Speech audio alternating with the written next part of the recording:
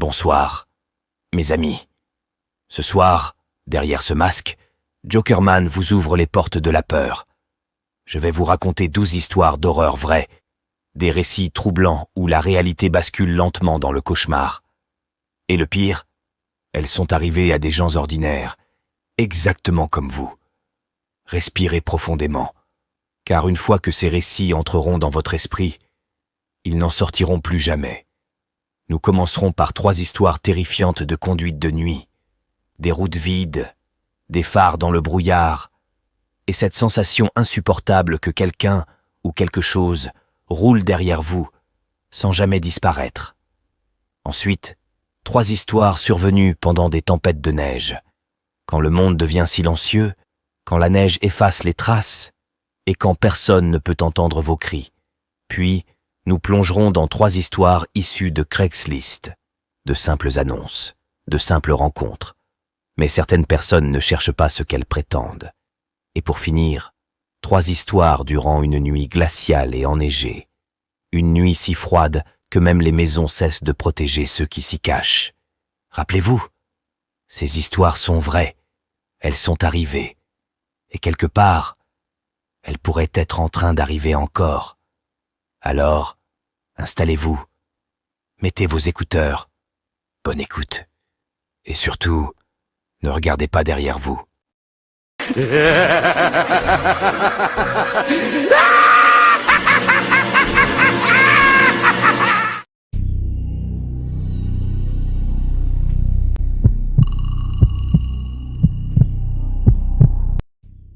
Je conduisais depuis des heures, ce soir-là, avec cette sensation étrange que la route ne finirait jamais. C'était au printemps, une de ces nuits douces où l'air reste frais mais chargé d'humidité, comme si la pluie était tombée quelques heures plus tôt. Par moments, une légère brise entrait par la fenêtre entr'ouverte, apportant l'odeur de la terre mouillée et des herbes encore gorgées d'eau.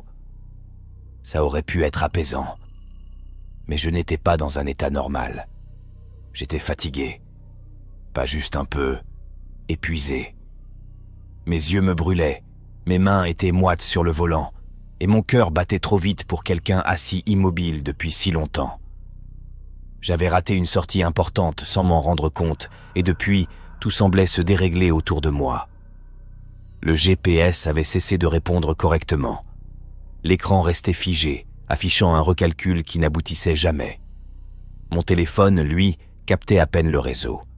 Je me retrouvais sur une portion de route de plus en plus étroite, bordée d'arbres qui semblaient se rapprocher à chaque kilomètre. La nuit n'était pas totalement noire. Le ciel gardait encore une légère clarté, ce bleu profond typique des longues journées de printemps qui s'étirent tard. Mais sous les arbres, c'était autre chose. L'obscurité y était dense, presque liquide. Les phares de ma voiture semblaient s'y perdre. Je roulais lentement, concentré, quand j'ai aperçu une voiture arrêtée sur le bas-côté. Une berline sombre, moteur éteint, mais feux de détresse allumés. Les clignotants oranges pulsaient dans la nuit comme un signal silencieux. Je me suis dit que quelqu'un avait peut-être besoin d'aide, mais je ne me suis pas arrêté. Quelque chose me retenait. Je continuais à avancer. La route est devenue plus irrégulière, presque abîmée. Mes pneus écrasaient parfois de la boue encore humide, laissant entendre ce bruit épais et collant. Par la fenêtre, j'entendais les insectes, les feuilles qui bougeaient légèrement, et au loin, des oiseaux nocturnes. Puis j'ai réalisé un détail qui m'a fait serrer le volant plus fort. Il n'y avait aucun autre bruit humain. Rien. Pas un moteur, pas une voix. Même la voiture que je venais de dépasser. Aucun signe de vie. J'ai roulé encore quelques minutes avant de voir que la route se terminait. Littéralement. Une barrière métallique bloquait le passage. Derrière, ça ressemblait à un vieux chemin de gravier, abandonné. Je me suis arrêté. Le moteur tournait encore, mais je n'osais pas descendre tout de suite. J'observais autour de moi. Les arbres. L'obscurité. Cette sensation d'être isolé, complètement. Puis j'ai entendu quelque chose. Un bruit de pas, très léger, derrière moi. Mon cœur s'est mis à battre plus vite, tellement fort que j'avais l'impression qu'il couvrait tous les autres sons. J'ai regardé dans le rétroviseur. Rien. Juste la route vide. Et au loin, l'obscurité. Je suis sorti de la voiture malgré moi, comme poussé par une impulsion stupide. L'air était froid contre ma peau, chargé d'humidité. Je pouvais sentir l'odeur des feuilles, du bois mouillé. Le silence était presque total. Puis j'ai levé les yeux vers les arbres. Il y avait quelqu'un, pas loin, immobile. Une silhouette sombre, à moitié dissimulée entre les troncs. Trop droite pour être un arbre, trop nette pour être une illusion. Je suis resté figé. Je ne respirais presque plus. Et c'est là que j'ai entendu un autre bruit, juste derrière moi. Je me suis retourné brusquement. Un homme se tenait à moins d'1 mètre de moi. Je ne l'avais pas entendu arriver. Pas un seul pas. Rien. Il portait une capuche, ses traits étaient à peine visibles dans la pénombre. Mais je distinguais ses yeux. Fixes. Calmes. Trop calmes. « Vous êtes perdu ?» a-t-il demandé d'une voix basse, presque normale. J'ai essayé de répondre, mais ma gorge était sèche. Je sentais la sueur dans mon dos, malgré le froid. J'ai hoché la tête, incapable de formuler une phrase complète. Il a penché légèrement la tête. « Vous avez vu quelque chose là-bas » Son ton avait changé, plus insistant. J'ai hésité. J'aurais dû dire non. Partir. Remonter en voiture immédiatement. Mais j'ai fait l'erreur de regarder brièvement vers les arbres. La silhouette n'était plus seule. Il y en avait une autre. Puis une troisième. Très immobile. Trop immobile. Quand j'ai regardé à nouveau l'homme devant moi, il me fixait déjà. Je crois qu'il avait compris. Sans réfléchir, j'ai reculé, ouvert la portière, et je suis monté dans la voiture. Mes mains tremblaient tellement que j'ai mis plusieurs secondes à démarrer. Le moteur a rugi, brisant enfin ce silence oppressant. L'homme n'a pas bougé. Mais au moment où je faisais demi-tour, j'ai vu son visage plus clairement dans les phares. Il souriait. Pas un sourire normal. Quelque chose de figé, d'inapproprié. Je suis parti aussi vite que possible, les pneus glissant légèrement sur la boue. Mon cœur battait à m'en faire mal. Je respirais par saccades. En repassant devant la voiture au feu de détresse, j'ai ralenti malgré moi. Elle était vide, portières ouvertes. Et surtout, il y avait des traces dans la boue. Beaucoup de traces, comme si plusieurs personnes avaient tourné autour du véhicule. Pendant longtemps. Je n'ai pas attendu. J'ai continué jusqu'à retrouver la sortie que j'avais manquée. Je n'ai jamais su ce que faisaient ces gens là-bas. Mais une chose est sûre, ils n'étaient pas perdus.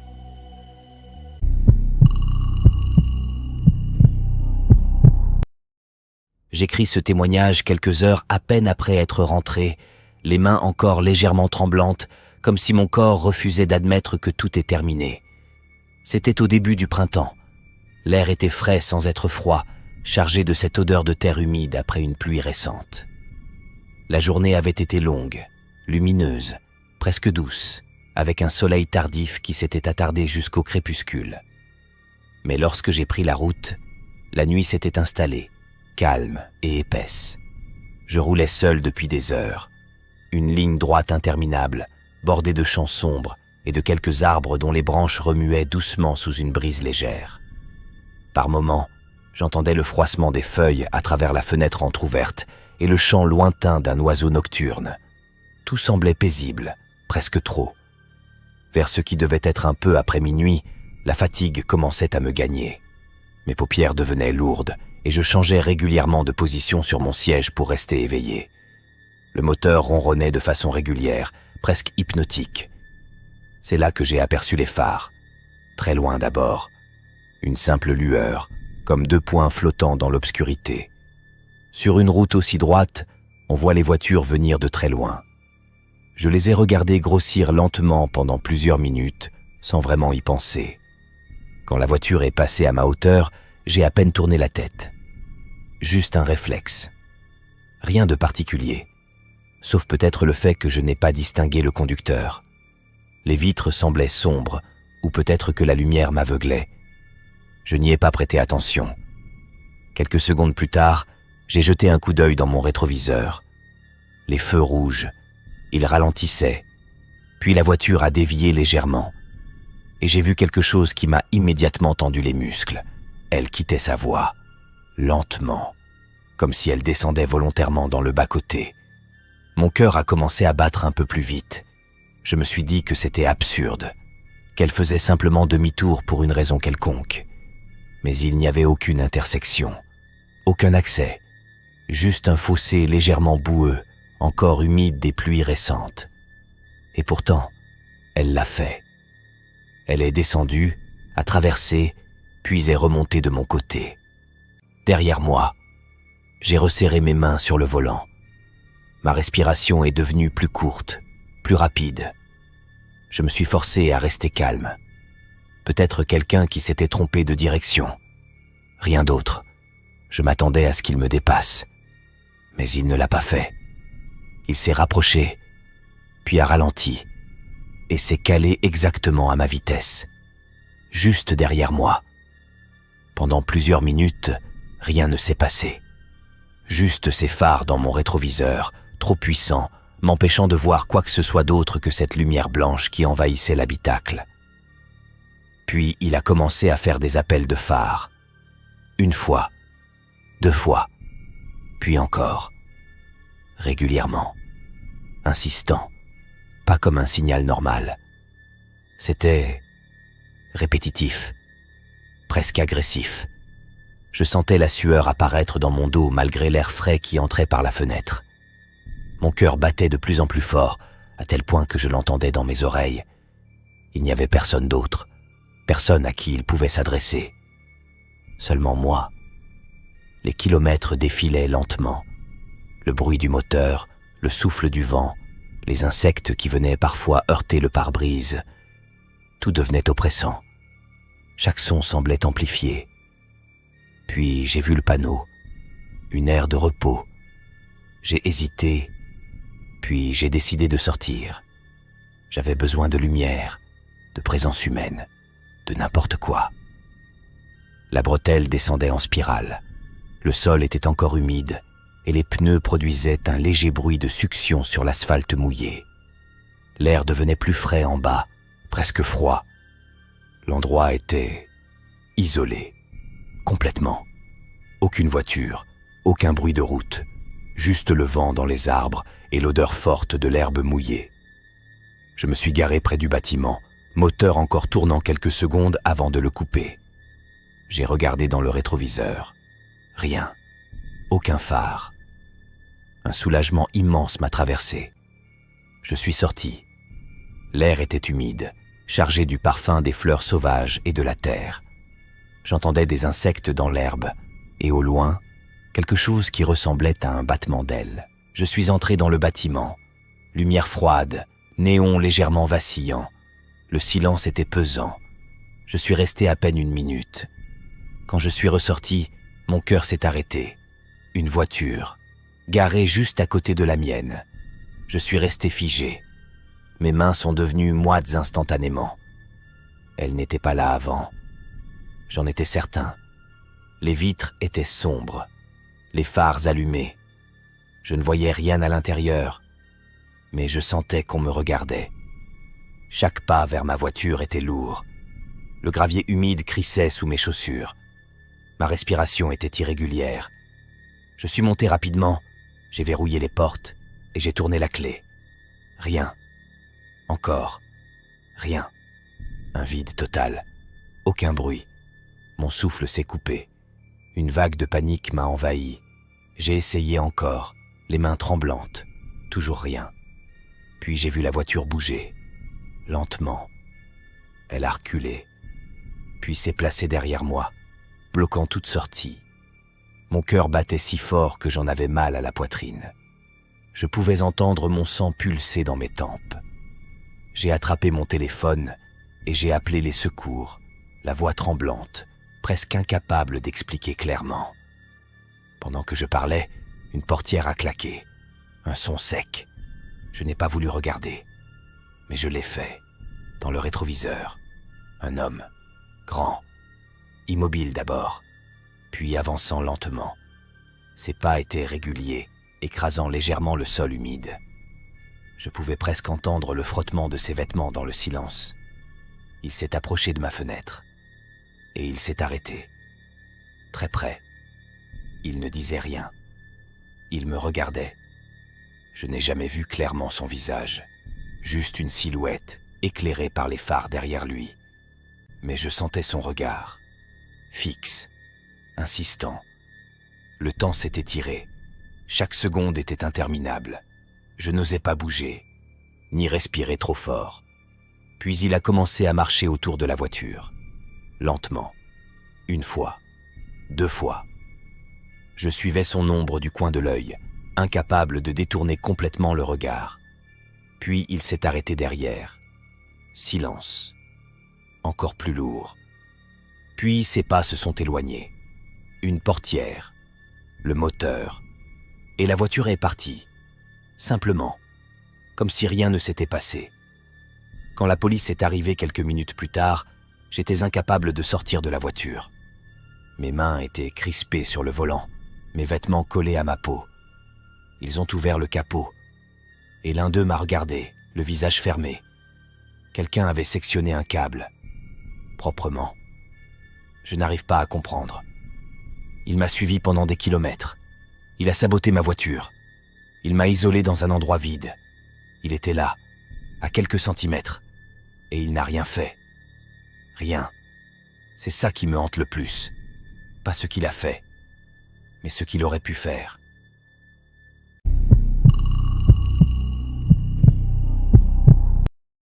Je conduis de nuit depuis des années, et pourtant, ce trajet-là reste gravé en moi comme une anomalie que je n'ai jamais réussi à expliquer complètement. Je ne suis pas du genre à dramatiser. J'ai vu des accidents, des gens fatigués faire n'importe quoi, des routes désertes à perte de vue. Mais ce que j'ai vécu ce soir de printemps-là, c'était autre chose. L'air était doux, légèrement humide, comme après une pluie récente. J'avais laissé la vitre entr'ouverte pour laisser entrer cette odeur de terre mouillée et d'herbe fraîche. Les jours rallongeaient à cette période de l'année, et même tard, il restait comme une trace du crépuscule dans le ciel. Mais à une heure avancée de la nuit, il n'y avait plus que l'obscurité, ponctuée par les faisceaux de mes phares et les silhouettes floues des arbres. La route était complètement vide. Pas une voiture, pas une lumière. Juste le bruit régulier du moteur, le frottement des pneus sur l'asphalte encore légèrement humide, et parfois le chant lointain des insectes ou le bruissement du vent dans les branches. Ma radio CB était réglée sur le canal habituel, silencieuse, comme souvent dans ces coins perdus. Puis elle a grésillé, un son faible au début, comme une interférence. J'ai à peine réagi. Ça arrive. Mais le bruit est devenu plus net, plus présent, et j'ai entendu une voix, étouffée, déformée. Impossible de comprendre les mots. J'ai ajusté le volume, tapoté légèrement le boîtier. La transmission s'est coupée. Le silence est revenu.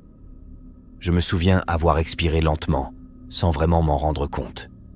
Mes doigts étaient légèrement crispés sur le volant. Les kilomètres ont défilé. Rien d'anormal. Pourtant, quelque chose s'était installé. Une tension discrète, comme une présence qu'on ne voit pas mais qu'on ressent. Puis la radio s'est rallumée. Cette fois, le grésillement était agressif, presque douloureux. J'ai froncé les sourcils, prêt à l'éteindre. Et là, la voix est revenue. Plus claire. Toujours étrange, monotone, mais compréhensible. Elle parlait lentement, trop lentement. Elle décrivait un camion. Mon camion. La couleur. Le modèle. Même la remorque. Mon cœur s'est mis à battre plus fort. J'ai senti une chaleur désagréable dans ma nuque, malgré l'air frais qui entrait par la fenêtre. La voix a continué. Elle a mentionné la direction. Ma direction. Puis plus rien. Un silence brutal. J'ai immédiatement regardé mes rétroviseurs. Gauche, droite, puis celui du dessus. Rien. Pas de phare derrière moi. Pas de véhicule en approche. Rien devant non plus. Juste la route, noire et vide. J'ai senti mes mains devenir moites. J'ai essuyé ma paume sur mon pantalon, sans quitter la route des yeux. J'ai essayé d'appeler l'entrepôt, mais le réseau était inexistant. Pendant de longues minutes, j'ai roulé avec cette sensation oppressante, comme si quelque chose m'observait. Pas de manière abstraite, quelque chose de réel. Quand j'ai vu la station-service apparaître au loin, j'ai décidé de m'arrêter. Pas vraiment par besoin, mais parce que j'avais besoin de lumière, de quelque chose de concret. La station était minuscule, 2 pompes, un petit bâtiment fermé, aucune lumière à l'intérieur. Je me suis garé.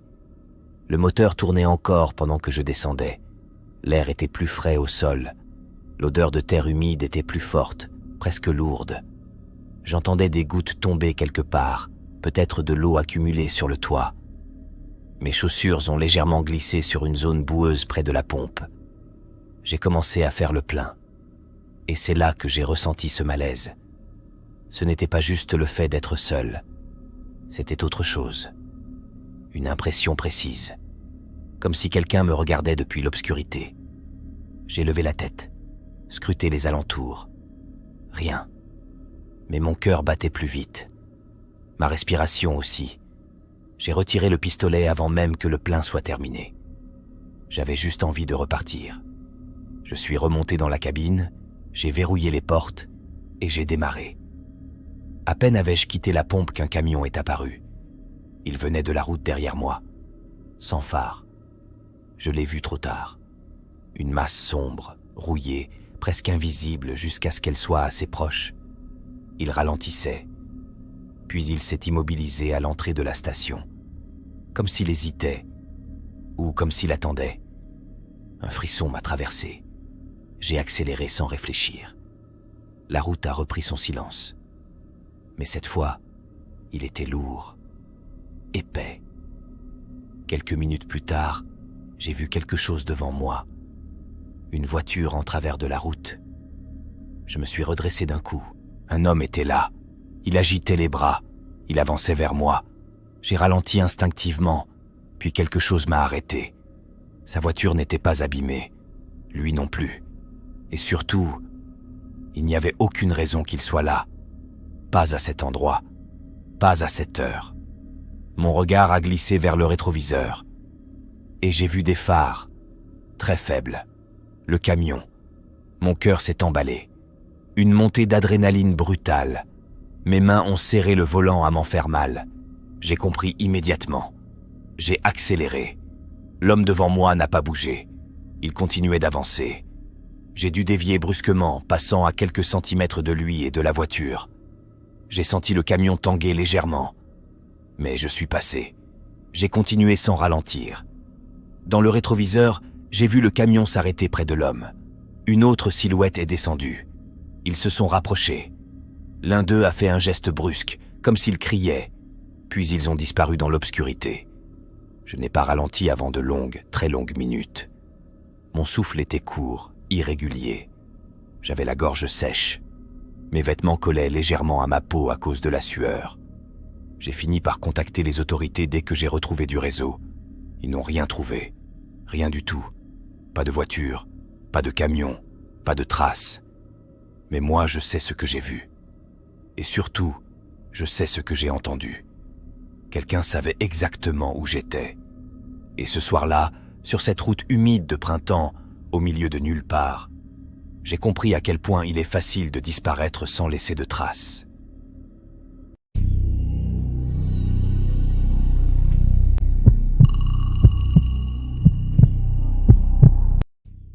Cela s'est produit en plein hiver, il y a quelques années, lors d'un trajet que je pensais banal. Je roulais depuis des heures, peut-être 12 ou 13, sans vraiment m'arrêter. L'air devenait de plus en plus froid à mesure que j'avançais vers le nord, et la lumière du jour s'était éteinte bien trop tôt, avalée par un ciel gris chargé de neige. À chaque respiration, même dans la voiture chauffée, j'avais l'impression que mes poumons se serraient. Dehors, le vent balayait la route et soulevait des traînées de poudre blanche qui traversaient mes phares. Les alertes météo s'étaient multipliées sur mon téléphone, annonçant une tempête de neige violente. J'avais hésité à m'arrêter plus tôt, mais il n'y avait rien, pas une station, pas un hôtel. Juste cette route étroite, sombre, avec l'asphalte humide qui commençait à geler par endroits. Puis, progressivement, toutes les voitures ont disparu. C'est difficile à expliquer, mais il y a un moment précis où j'ai compris que j'étais seul. Plus aucun phare devant, plus aucun rétroviseur illuminé derrière. Juste moi, le bruit régulier du moteur et ce silence oppressant que seule la neige peut créer.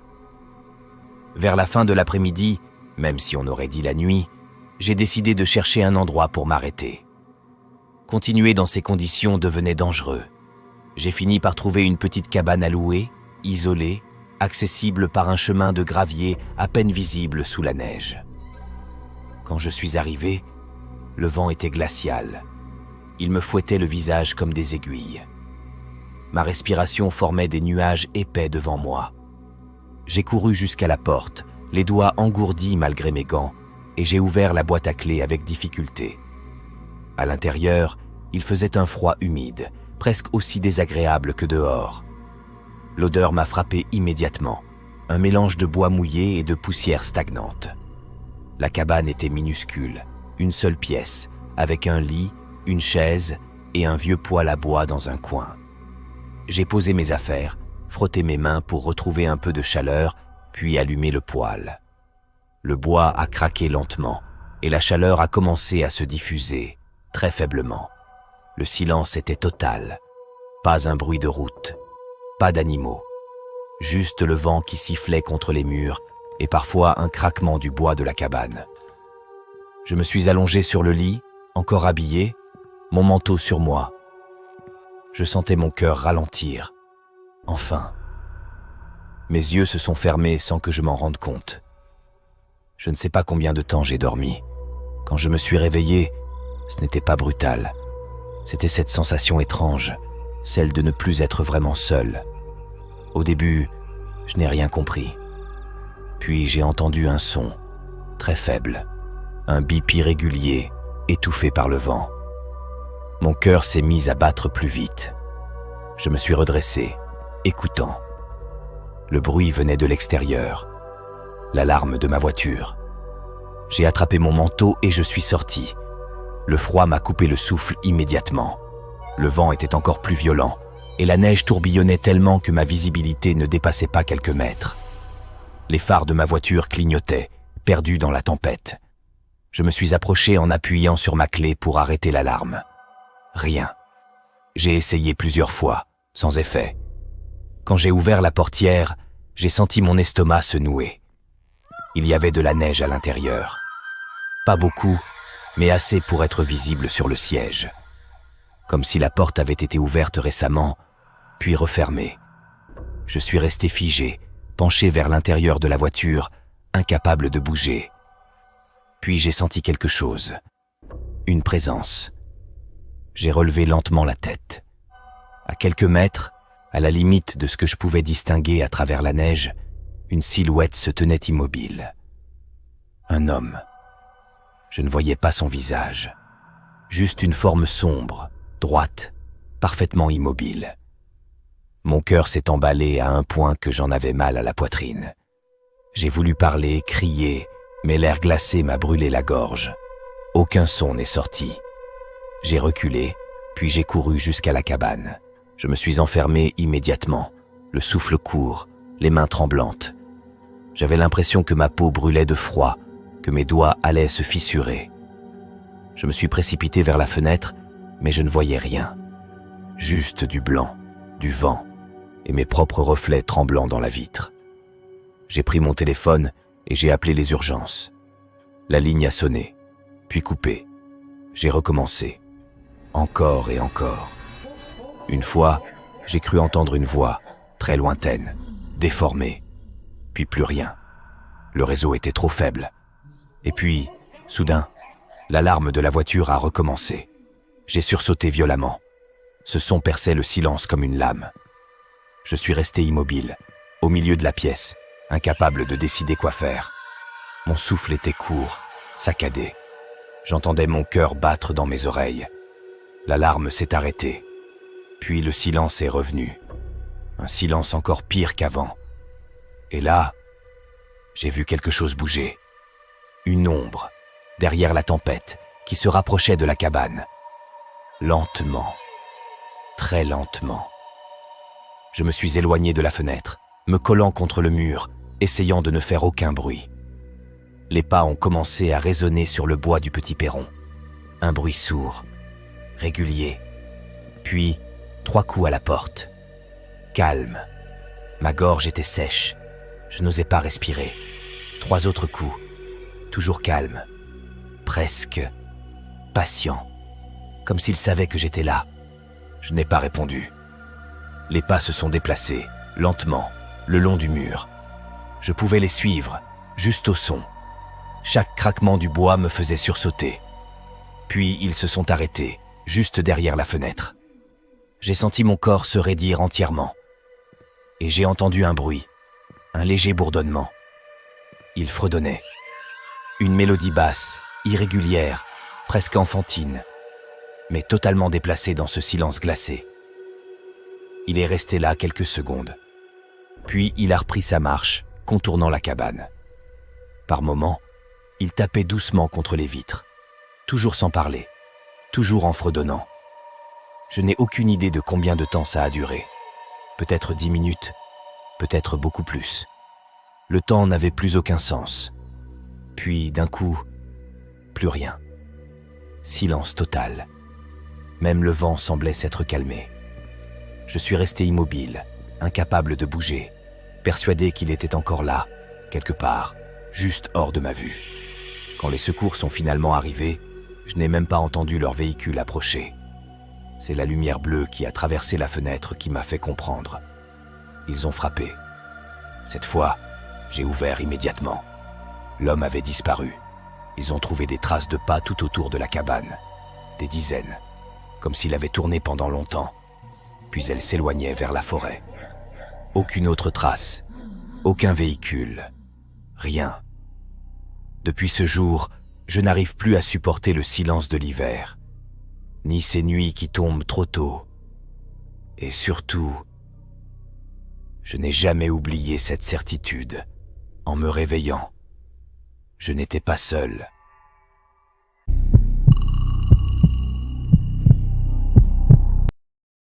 Je me souviens encore de ce froid-là comme s'il ne m'avait jamais quitté. Pas seulement le froid de l'hiver, non. Un froid plus profond, plus insidieux, qui semblait venir de quelque chose d'invisible, tapi tout près de nous. C'était l'idée d'Adam. Sa famille possédait un chalet isolé en montagne, un endroit où il passait habituellement quelques jours chaque hiver. Cette année-là, pourtant, personne n'y était allé. Il m'avait proposé de l'accompagner, comme une sorte d'escapade improvisée. 2 jours tranquilles, loin de tout. Ça me paraissait parfait. Nous avons roulé pendant des heures, la route devenant de plus en plus étroite, les arbres de plus en plus serrés, leurs branches nues s'entrecroisant comme des doigts noirs au-dessus de nous. Le ciel était déjà gris, et la lumière déclinait bien plus vite qu'en ville. Quand nous sommes arrivés, vers le milieu de la journée, le chalet se dressait seul au milieu d'une étendue blanche, silencieuse, presque étouffante. Le lieu était plus grand que ce que j'imaginais. Moderne, bien entretenu, rien d'inquiétant à première vue. Pourtant, dès que j'ai posé le pied dehors, j'ai senti ce vent glacé me couper le souffle. L'air était si froid qu'il brûlait la gorge. Chaque expiration formait un nuage dense devant mon visage. Nous avons passé une bonne heure à comprendre comment tout fonctionnait. Le chauffage, capricieux, refusait de monter correctement. Même après l'avoir réglé au maximum, l'intérieur restait froid, à peine supportable. On gardait nos manteaux une bonne partie du temps. La nuit est tombée très tôt, d'un coup, comme si quelqu'un avait éteint la lumière. Nous avons allumé la cheminée et ça a aidé un peu. Le bois crépitait, projetant des ombres tremblantes sur les murs. On a regardé un match, bu quelques bières, rien d'exceptionnel. Le genre de soirée simple qu'on avait imaginé. C'est là qu'on a entendu ce bruit. Une toux, claire, sèche, proche. On s'est figés tous les deux. Je me rappelle parfaitement le silence après. Même le feu semblait s'être calmé. Adam m'a regardé, les sourcils froncés. « T'as entendu ?» J'ai hoché la tête. Mon cœur battait déjà plus vite. La porte d'entrée était à quelques mètres. On la fixait comme si elle allait s'ouvrir d'elle-même. Adam a murmuré que c'était impossible. Personne ne pouvait être là. Rien autour, des kilomètres de forêt et cette tempête qui commençait à se lever. Je suis allé vérifier. Quand j'ai ouvert la porte, le vent m'a frappé au visage, glacial, violent. La neige tourbillonnait dans l'obscurité. Impossible de voir à plus de quelques mètres. Le perron était vide. Pas de traces nettes, rien d'humain. Je suis rentré, refermant vite derrière moi. On a essayé de rire, de minimiser. Le vent, un animal, n'importe quoi. Mais quelque chose avait changé. Plus tard, on est resté près du feu, parlant pour combler ce silence devenu pesant. Chaque craquement du bois nous faisait sursauter. Chaque rafale contre les murs semblait trop forte, trop irrégulière. On a fini par aller dormir. Adam a pris une chambre. Moi, j'ai insisté pour rester dans le salon. Le canapé, la cheminée, ça me rassurait plus que de me retrouver seul dans une pièce fermée. Je me suis endormi assez vite, malgré tout. Je ne sais pas combien de temps après, j'ai entendu mon prénom. Un murmure. J'ai ouvert les yeux. Adam était là, dans le couloir, à moitié dans l'ombre. Son visage était pâle. « C'était toi ?» m'a-t-il demandé. Je me suis redressé, encore engourdi. « De quoi tu parles ?» Il m'a dit qu'il avait entendu une porte s'ouvrir, lentement, puis se refermer. Son regard cherchait quelque chose sur mon visage. Une confirmation, une explication. Je lui ai assuré que je n'avais pas bougé. Il a hoché la tête, mais je voyais bien qu'il n'y croyait pas vraiment, ou qu'il ne voulait pas y croire. Il est retourné dans sa chambre. Je suis resté éveillé. Le vent sifflait autour du chalet, s'engouffrant dans les interstices, faisant vibrer les murs. Le bois travaillait, craquait. Chaque son semblait amplifié par le froid. Mon cœur battait trop vite. J'ai fini par me redresser. C'est là que je l'ai vu. La porte d'entrée, entr'ouverte. Un mince filet d'air glacé s'infiltrait, faisant trembler la flamme dans la cheminée. Mon souffle est devenu visible immédiatement. L'air à l'intérieur était devenu presque aussi froid que dehors. Je suis resté figé quelques secondes. Je savais qu'on l'avait fermé. À clé. Je me suis approché lentement. Chaque pas faisait grincer le parquet. Le silence autour était oppressant, comme si tout attendait. Dehors, il n'y avait que du noir. Un noir épais, mouvant à cause de la neige. J'ai refermé la porte. Mes mains tremblaient. Et c'est là que le premier coup a retenti. Un choc sourd, contre le mur. J'ai sursauté violemment. Puis un second coup, plus fort, comme quelque chose de lourd frappait le bois.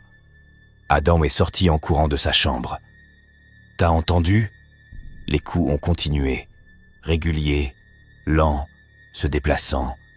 Pas comme quelqu'un qui cherche à entrer, plutôt comme quelqu'un qui fait le tour. On n'a pas osé ouvrir, impossible. Le vent hurlait, la nuit était totale. On a fait le tour des fenêtres, rien. Juste cette neige qui volait et ces ténèbres compactes. Puis tout s'est arrêté. D'un coup, un silence brutal. On est resté là, immobile, à écouter. Nos respirations semblaient trop fortes.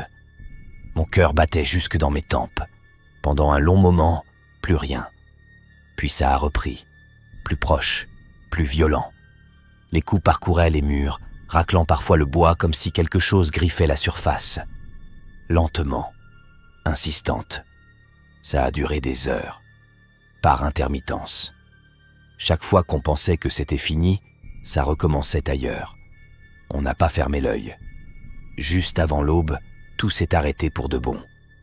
Quand la lumière grise du matin a filtré à travers les fenêtres, on a décidé de sortir. On a enfilé nos manteaux, pris des couteaux dans la cuisine, sans vraiment savoir pourquoi. Peut-être pour se rassurer. Dehors, le froid était encore plus mordant. Mes doigts me faisaient mal malgré les gants. L'air sentait l'humidité et le bois gelé. On a fait le tour du chalet. Et là, on a vu. Le bois était marqué. Pas des traces de coups classiques, pas des impacts nets. Des entailles profondes, longues, irrégulières, certaines à hauteur d'homme, d'autres bien plus haut. Comme si quelque chose avait frappé, puis traîné, encore et encore. Mais il n'y avait aucune trace claire dans la neige autour. Rien de cohérent, juste un sol perturbé par le vent. On ne s'est pas regardé longtemps. On est rentré, on a pris nos affaires et on est parti sans un mot.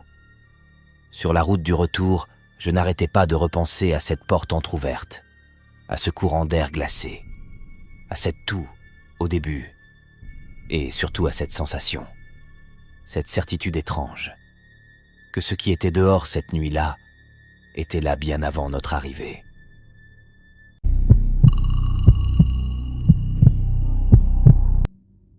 Je vis toujours à une vingtaine de minutes de la ville la plus proche, au milieu de champs ouverts qui, en hiver, deviennent des étendues blanches et silencieuses à perte de vue. À cette période de l'année, le froid s'infiltre partout, jusque dans les murs, et la nuit tombe si tôt qu'on a l'impression de vivre en permanence dans une sorte de crépuscule figé. Cette histoire s'est déroulée peu après le Nouvel An. Depuis plusieurs jours, la neige tombait par intermittence, mais ce soir-là, c'était différent. Les flocons étaient épais, lourds, et le vent les projetait en rafales contre les vitres, produisant un bruit irrégulier, presque organique. On annonçait du verglas, alors j'ai quitté le travail plus tôt que prévu. La route du retour était déserte. Les pneus de ma voiture crissaient sur l'asphalte humide et glacé, et le faisceau de mes phares semblait se perdre dans un mur de neige. À mesure que je m'approchais de chez moi, le silence devenait plus pesant. Même le moteur semblait étouffé par le froid. En arrivant, j'ai tout de suite remarqué quelque chose d'étrange. Des traces de pneus. Elles remontaient mon allée, clairement visibles dans la neige fraîche. Pas les miennes. Elles étaient plus larges, comme celles d'un véhicule plus lourd. Elles allaient jusqu'à la maison, puis repartaient. Je suis resté un moment dans la voiture, moteur allumé, à fixer ces traces. Mon souffle formait de la buée devant moi. J'essayais de me convaincre que ce n'était rien. Une erreur. Quelqu'un qui s'était trompé d'entrée. Quand je suis sorti, le froid m'a frappé au visage comme une gifle. L'air était si sec qu'il me brûlait les narines. J'ai regardé autour de moi. Rien. Juste le vent qui balayait la neige et les champs noirs au-delà. Je suis entré, j'ai verrouillé la porte, puis j'ai essayé d'oublier. Je me suis préparé quelque chose à manger, j'ai allumé la télévision. Le bruit familier du salon m'a un peu rassuré. Dehors, le vent continuait de hurler, faisant vibrer les volets. Par moments, on aurait dit que quelqu'un marchait autour de la maison, mais je savais que ce n'était que les rafales. Au bout d'un moment, alors que je regardais distraitement l'écran, une lumière a attiré mon attention. Un éclat à travers les stores. Faible au début, puis plus nette. Je me suis figé. Dans cet endroit, aucune lumière ne peut atteindre ma maison sans être juste devant. Lentement, je me suis levé. Mon cœur battait déjà plus vite, sans que je sache vraiment pourquoi. J'ai écarté légèrement le store. Une voiture, stationnée dans mon allée, les phares allumés, braqués vers la maison, m'aveuglant presque. La neige tourbillonnait dans leurs faisceaux, donnant à la scène un aspect irréel. Je ne distinguais pas clairement l'intérieur, mais je voyais une silhouette derrière le volant, immobile. J'ai attendu. 1 minute. 2, peut-être plus. Je sentais ma respiration devenir plus courte, plus rapide. J'avais l'impression que si je faisais le moindre bruit, la personne dehors le saurait. Finalement, la voiture a reculé lentement. Les pneus ont patiné sur le gravier gelé. Elle a fait un demi-tour maladroit en plusieurs manœuvres, puis elle est repartie. Je suis resté là, derrière la fenêtre, longtemps après qu'elle ait disparu. Quelque chose n'allait pas. J'ai laissé les stores entr'ouverts et je suis retourné m'asseoir, mais je ne regardais plus vraiment la télévision. Toutes les quelques secondes, Je jetai un coup d'œil derrière moi. Le moindre craquement de la maison me faisait sursauter. Le temps a fini par passer. Rien d'autre ne s'est produit. Alors j'ai éteint, j'ai fermé les stores complètement et je suis allé me coucher. Dans ma chambre, il faisait froid malgré le chauffage. Les draps semblaient humides de cette humidité hivernale qui ne disparaît jamais vraiment. Je suis resté un moment sur mon téléphone, essayant de me distraire, puis j'ai fini par m'endormir. Je me suis réveillé brusquement, sans raison apparente. Il devait être aux alentours de 2 heures du matin. Le vent soufflait encore plus fort. On entendait la structure de la maison grincer légèrement, comme si elle protestait contre le froid. Pourtant, malgré ce bruit, il y avait une sorte de silence anormal. Quelque chose avait changé. Je ne saurais pas dire quoi, mais je le sentais. Je me suis redressé lentement. Mon souffle était visible dans l'air froid de la chambre. J'ai regardé vers la fenêtre et j'ai vu la voiture. Toujours là. Mais cette fois, sans les phares, à moitié recouverte de neige. Elle n'avait pas bougé depuis un moment. Mon cœur s'est mis à battre violemment. Je me suis levé, très lentement, en essayant de ne faire aucun bruit. Le plancher était glacé sous mes pieds. Chaque pas me semblait assourdissant. Je voulais sortir de la chambre, vérifier les portes, m'assurer que tout était bien fermé. Mais au moment où je me suis tourné vers la porte, j'ai vu l'ombre. Sous la porte, une silhouette qui passait dans le couloir. Je me suis figé, instantanément. Quelqu'un était dans la maison. Mon estomac s'est noué. Une sueur froide a parcouru mon dos malgré le froid. J'ai retenu ma respiration, au point d'en avoir mal. Les pas étaient lents, mesurés, presque silencieux, mais suffisamment pour que je les perçoive à travers le bois. Il ne courait pas. Il ne cherchait pas quelque chose rapidement. Il prenait son temps, comme s'il savait exactement où il était, comme s'il n'avait aucune raison de se presser. Je suis retourné vers le lit, lentement, et j'ai attrapé mon téléphone. Mes mains tremblaient tellement que j'avais du mal à taper. J'ai envoyé un message au secours, sans faire de bruit. On m'a répondu presque immédiatement. On m'a dit de rester caché, de ne pas faire de bruit, que quelqu'un arrivait. Chaque seconde était interminable. L'ombre revenait, s'arrêtait, repartait.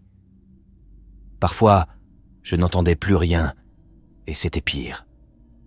J'imaginais qu'il était juste derrière la porte, immobile, à écouter. À un moment, les pas se sont arrêtés juste devant ma chambre. Je n'ai plus respiré du tout. L'ombre est restée là, immobile, sous la porte, pendant ce qui m'a semblé une éternité. Puis elle s'est éloignée. Quand les lumières bleues ont finalement éclairé l'extérieur, j'ai presque cru que je rêvais.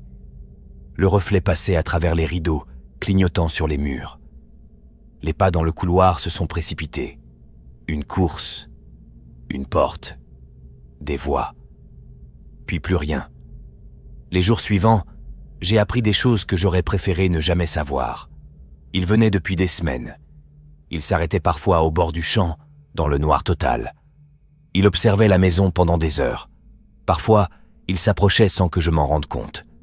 Ils ont trouvé des photos. Moi, devant chez moi. Moi, assis sur le porche, la nuit. Pris de loin, pris de près. Toujours sans que je le voie.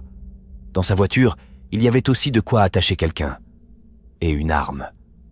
Je repense souvent à cette nuit, au moment où je me suis réveillé.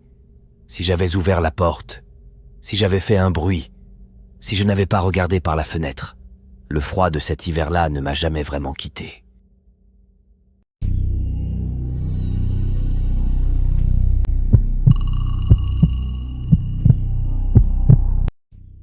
C'était en plein hiver, il y a quelques années. Le froid était si mordant que l'air semblait couper la peau dès qu'on sortait dehors. Ma femme voulait absolument un tapis de course depuis longtemps.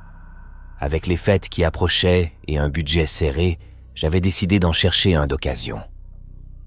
Après plusieurs jours à éplucher des annonces, j'en ai trouvé un qui paraissait presque neuf, à un prix étonnamment raisonnable. Le vendeur m'a répondu rapidement par message. Il s'appelait Marc. Rien d'étrange dans ses réponses, juste quelqu'un de pressé de s'en débarrasser. Il m'a expliqué qu'il ne pouvait me recevoir que tard le soir, après son travail. Je n'aimais pas l'idée de me déplacer si tard, surtout en hiver. À cette période de l'année, la nuit tombe avant même qu'on ait fini de travailler, et les routes deviennent vite désertes, glacées, silencieuses. Mais l'anniversaire approchait, alors j'ai accepté. Ce soir-là, il faisait un froid sec, avec un vent qui sifflait entre les arbres. Ma respiration formait des nuages blancs devant moi. J'ai emprunté le vieux fourgon de mon frère, plus adapté pour transporter l'appareil, puis j'ai pris la route. Au fur et à mesure que j'avançais, les habitations se faisaient rares. Le GPS m'indiquait encore quelques minutes, mais autour de moi, il n'y avait plus que des bois sombres, figés par le gel. La route était humide, presque verglacée par endroits, et chaque virage me demandait de ralentir. Quand je suis arrivé, j'ai d'abord cru m'être trompé. La maison était isolée, au bout d'un chemin étroit couvert de gravier gelé. Pas de voisins, pas de lumière aux alentours. Juste cette grande bâtisse, plongée dans une pénombre épaisse, avec une seule lumière faible au rez-de-chaussée. Je suis resté quelques secondes dans le véhicule, moteur allumé. J'entendais le vent frapper contre la carrosserie et au loin, des branches craquaient sous le gel. Quelque chose me disait de repartir, mais j'étais déjà là. Je suis sorti. Le froid m'a immédiatement saisi. Mes doigts ont commencé à s'engourdir malgré les gants. J'ai marché jusqu'à la porte, mes pas crissant sur le gravier gelé. J'ai frappé. Le bruit a résonné anormalement fort. Quelques secondes plus tard, Marc a ouvert. Grand, mince, le visage pâle. Il m'a salué brièvement, sans sourire, puis m'a fait entrer. La chaleur à l'intérieur était étrange, étouffante, avec une odeur de renfermé et d'humidité. Mes lunettes se sont légèrement embuées. La lumière était faible, jaunâtre, comme si les ampoules étaient trop anciennes ou mal vissées. Il m'a dit que le tapis se trouvait à l'étage. L'escalier grinçait sous nos pas. Chaque marche semblait protester.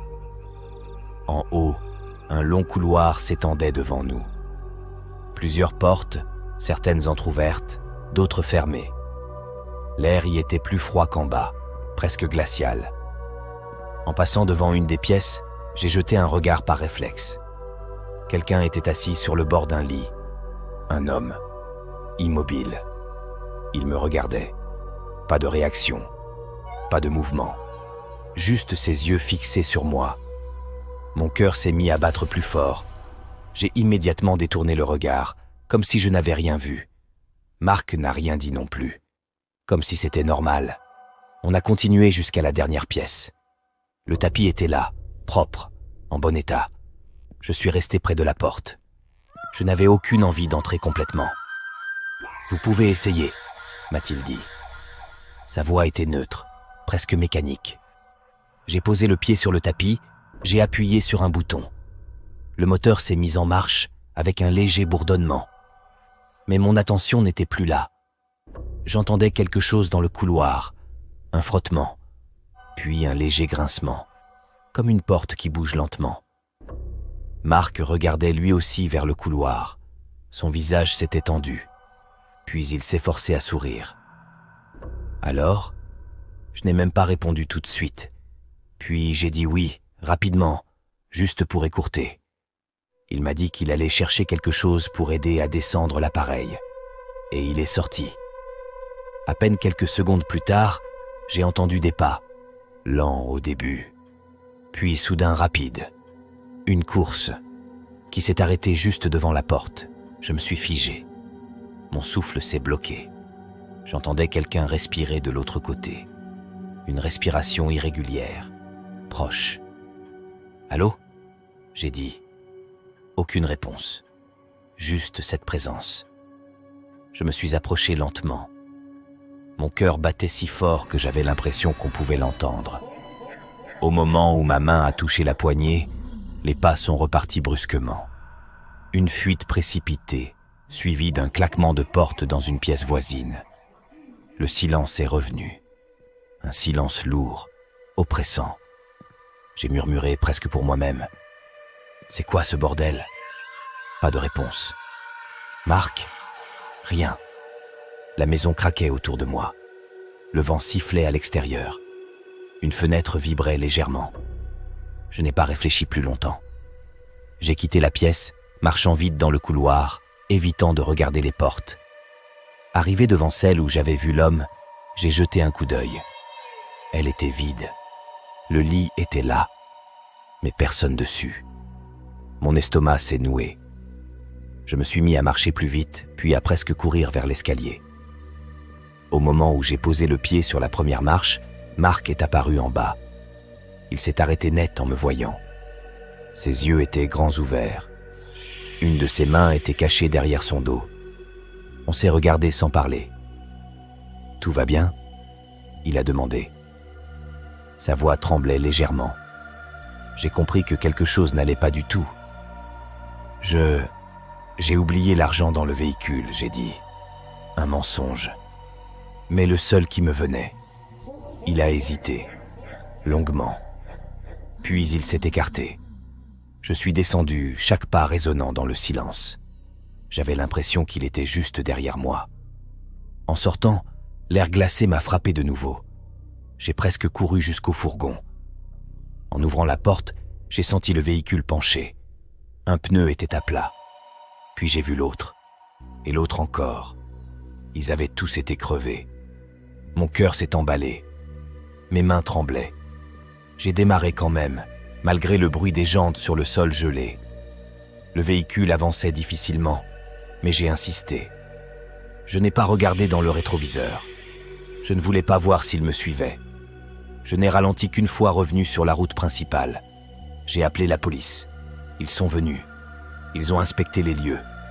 Mais ils n'ont rien trouvé de concret. Pas de preuves, pas de plainte possible. La maison était vide quand ils sont arrivés. Aujourd'hui encore, je repense à cette nuit. À cet homme assis sur le lit. À celui qui respirait derrière la porte. Et à Marc, immobile en bas de l'escalier, cachant quelque chose dans son dos. Je ne sais pas ce qui se passait dans cette maison. Mais je sais une chose. Si j'étais resté quelques minutes de plus, je ne serais probablement jamais rentré chez moi.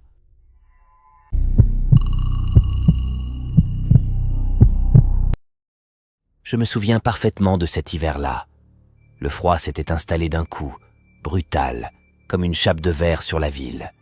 L'air était si sec qu'il brûlait la gorge, et chaque respiration formait un nuage blanchâtre devant moi, même à l'intérieur près des fenêtres mal isolées. À cette période, j'essayais de vider mon appartement. J'avais décidé de repartir de zéro, de me débarrasser des meubles trop vieux, trop lourds, trop chargés de souvenirs inutiles. J'avais mis plusieurs annonces en ligne, et comme je n'avais pas de quoi transporter quoi que ce soit, je précisais toujours que les acheteurs devaient venir récupérer les objets eux-mêmes. L'appartement était au 2e étage d'un petit immeuble sécurisé. Il fallait une clé pour entrer, puis une autre pour accéder au palier. Ça me rassurait suffisamment pour accepter que des inconnus montent jusqu'à chez moi. Un soir, un homme m'a contacté pour le canapé. Il s'appelait Malik. Sa voix au téléphone était posée, presque chaleureuse. Il disait avoir un utilitaire et pouvoir tout emporter sans problème. On s'était donné rendez-vous vers 19h. En décembre, à cette heure-là, il faisait déjà nuit noire depuis longtemps. Il est arrivé avec un peu de retard. 15 minutes, peut-être 20. Il m'a appelé pour dire qu'il était en bas. Je suis descendu lui ouvrir. Dès que la porte s'est ouverte, une rafale d'air glacé s'est engouffrée dans le hall, me coupant presque le souffle. Je l'ai vu sous le lampadaire. Silhouette mince, épaules rentrées, les mains dans les poches. Il portait un manteau trop léger pour la saison. Quand il s'est approché, j'ai remarqué son visage fatigué, ses yeux cernés, et cette manière étrange de fixer sans vraiment regarder. On est monté sans presque parler. Ses pas résonnaient dans l'escalier, amplifiés par le silence de l'immeuble. À chaque marche, le bois craquait légèrement, et ce bruit banal me paraissait soudain beaucoup trop fort. Une fois dans l'appartement, je lui ai montré le canapé. La lumière du salon était faible, une ampoule jaunâtre qui tremblait légèrement, comme si elle hésitait à s'éteindre. Il s'est arrêté devant, sans bouger. 30 secondes. 1 minute. Rien. Alors, vous en pensez quoi? Il a tourné lentement la tête vers moi. Son regard m'a traversé, froid, vide. Puis il a hoché la tête. C'est à ce moment-là que mon chien, Naya, s'est mis à gratter à la porte de la chambre. Elle était vieille, très calme d'habitude. Elle ne faisait jamais ça. Le bruit de ses griffes sur le bois était sec, nerveux, répétitif. Ça m'a mis mal à l'aise. Je me suis excusé et je suis allé voir. Dans la chambre, elle gémissait, les oreilles plaquées, les yeux fixés vers le couloir comme si elle regardait quelque chose derrière moi. Je l'ai caressée pour la calmer, mais elle tremblait légèrement. J'ai refermé la porte et je suis retourné au salon. Il n'était plus là. Au début, j'ai cru qu'il était descendu sans prévenir. J'ai regardé dans le couloir, appelé son nom, rien. J'ai même ouvert la porte d'entrée. Le couloir de l'immeuble était vide, plongé dans une pénombre silencieuse. Je me suis dit que c'était juste un type bizarre. Ça arrive. Je suis retourné dans la chambre et j'ai passé la soirée avec Naya. Je n'arrivais pas à me détendre complètement, mais j'ai fini par me convaincre que c'était terminé. Vers 23 heures, je me suis décidé à la sortir. Dehors, le froid était encore plus mordant. Le sol était humide, presque gelé, et chaque pas produisait un léger craquement. Le vent sifflait entre les bâtiments, transportant une odeur métallique et glacée. Avant de sortir, j'avais posé mon téléphone sur le lit en enlevant mon pantalon pour enfiler un pantalon plus chaud. Je ne voulais pas qu'il tombe ou me gêne. Je suis sorti quelques minutes. Le silence dehors était étrange, étouffé par le froid. Même les bruits de la ville semblaient lointains, comme absorbés. Quand je suis rentré, mes doigts étaient engourdis, douloureux. J'ai refermé derrière moi, verrouillé, puis je suis allé dans la chambre. Le lit était vide. Mon téléphone n'était plus là. Mon cœur a raté un battement, puis un autre. J'ai immédiatement fouillé mes poches, même si je savais déjà. Rien. Et là, une pensée m'a traversé, brutale, évidente. Il n'était jamais parti. J'ai senti la panique monter d'un coup. Mon souffle s'est accéléré, court, irrégulier. J'ai pris Naya dans mes bras. Elle s'est mise à trembler plus fort. Et puis j'ai entendu un bruit, un léger déplacement, comme un frottement, dans le salon. Je me suis approché de la porte, très lentement. Le bois était froid sous mes doigts. J'ai retenu ma respiration et j'ai jeté un coup d'œil dans le couloir. Il était là, debout, immobile, au milieu du passage. Dans l'obscurité, sa silhouette était encore plus inquiétante. La lumière du salon dessinait à peine son visage, mais je distinguais ses yeux, fixes, ouverts, posés sur moi depuis je ne sais combien de temps. « Qu'est-ce que tu fais là ?» Ma voix était plus faible que je ne l'aurais voulu. Il n'a pas répondu. Pas un mouvement, pas un mot. « Tu es resté ici tout ce temps ?» Toujours rien. Le silence était insupportable. On entendait seulement le vent qui frappait contre les vitres et le battement affolé de mon cœur. Une colère soudaine m'a traversé. Une colère mêlée de peur, violente, incontrôlable. Je ne sais pas pourquoi j'ai fait ça. Je l'ai posé au sol, j'ai avancé d'un pas rapide, puis j'ai couru vers lui. Il n'a presque pas réagi. Je l'ai percuté de plein fouet. On est tombé. Le sol était dur, froid. J'ai frappé sans réfléchir, plusieurs fois. Mes mains tremblaient, mes coups étaient désordonnés. Il s'est débattu faiblement. Aucun cri, aucun mot. Son silence était pire que tout. Dans la lutte, quelque chose est tombé. Mon téléphone. Je l'ai attrapé immédiatement et je me suis reculé. Mes doigts glissaient presque sur l'écran tant ils étaient froids et tremblants. J'ai appelé la police. Il a essayé de se relever, de partir, mais je me suis interposé. Je ne sais pas d'où venait cette énergie. L'adrénaline, sans doute. Les minutes ont été interminables. Il ne disait toujours rien. Même quand les policiers sont arrivés, même quand ils l'ont menotté, même quand ils l'ont emmené, Il n'a pas prononcé un seul mot. Plus tard, j'ai compris ce qui me terrifiait le plus. Ce n'était pas qu'il soit resté caché dans mon appartement. C'était de savoir qu'à un moment, pendant que j'étais dans la chambre, pendant que je rassurais mon chien, il était là, quelque part, dans le noir, à m'écouter respirer. Et que sans ce détail, ce téléphone oublié, je ne l'aurais peut-être jamais su.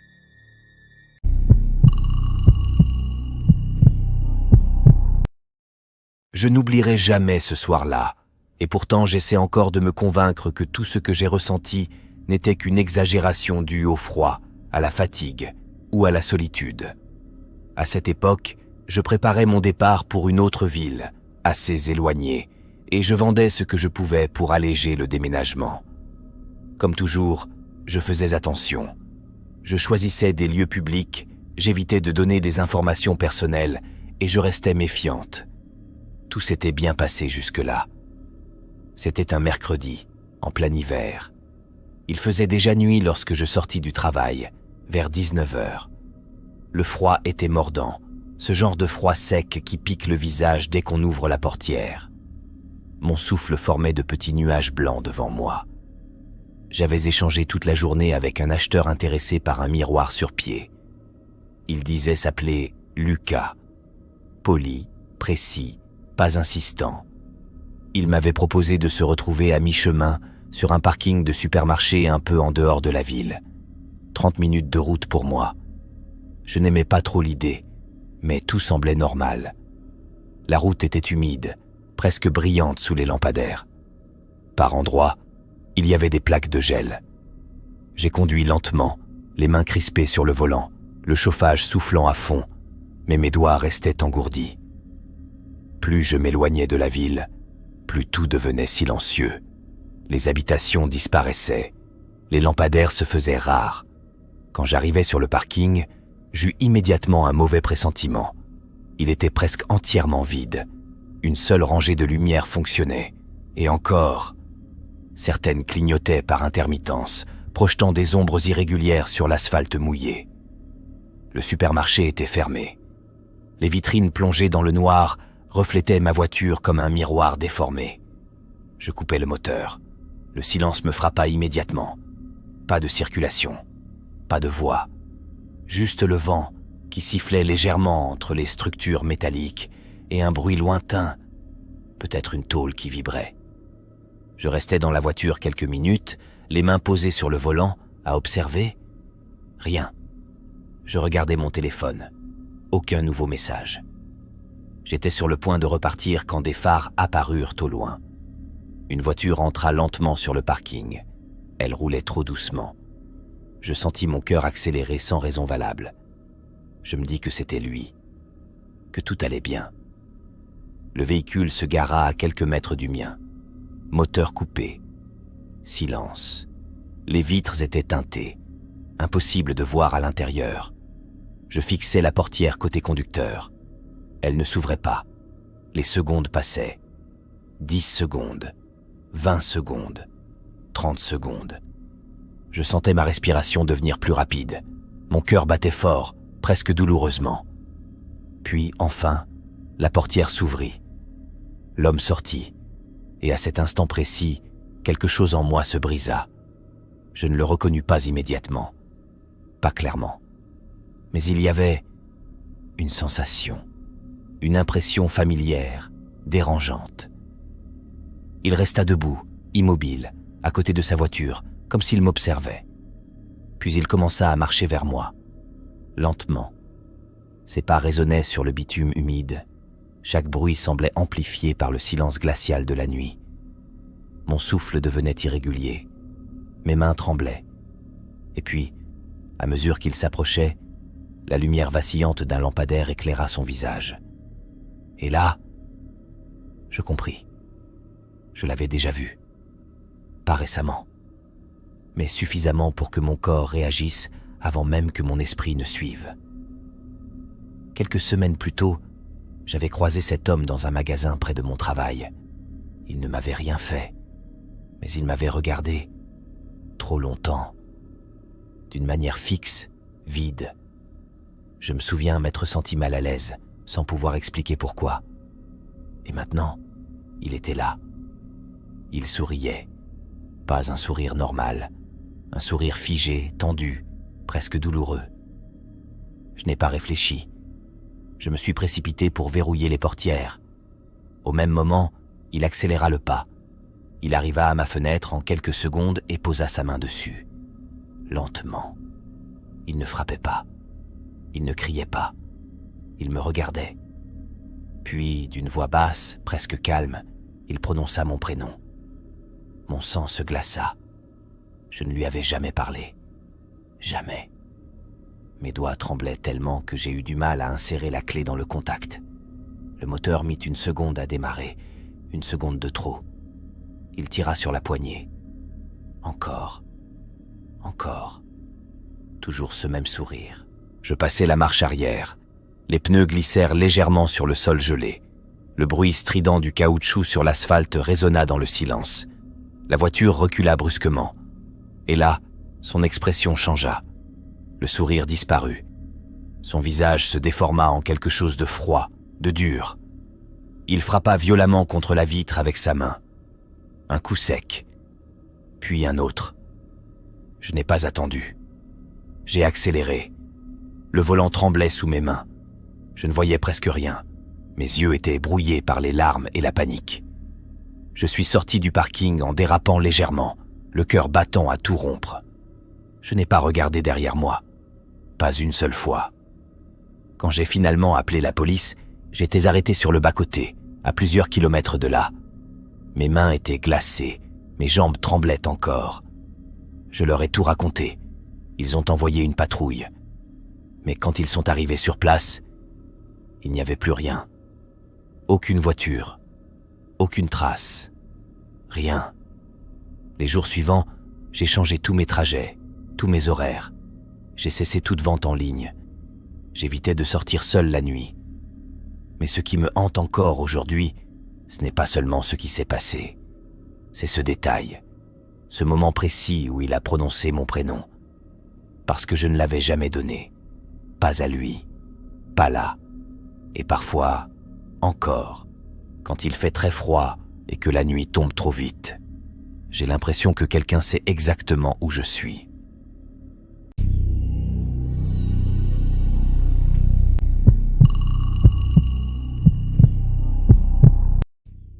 J'ai toujours aimé le murmure de la neige qui tombe.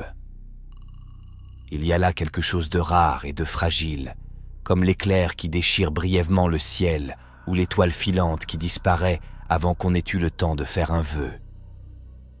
Ce sont des instants sur lesquels on n'a aucun contrôle, des cadeaux imprévisibles que le monde nous accorde parfois. Et quand ils surviennent, on se sent privilégié.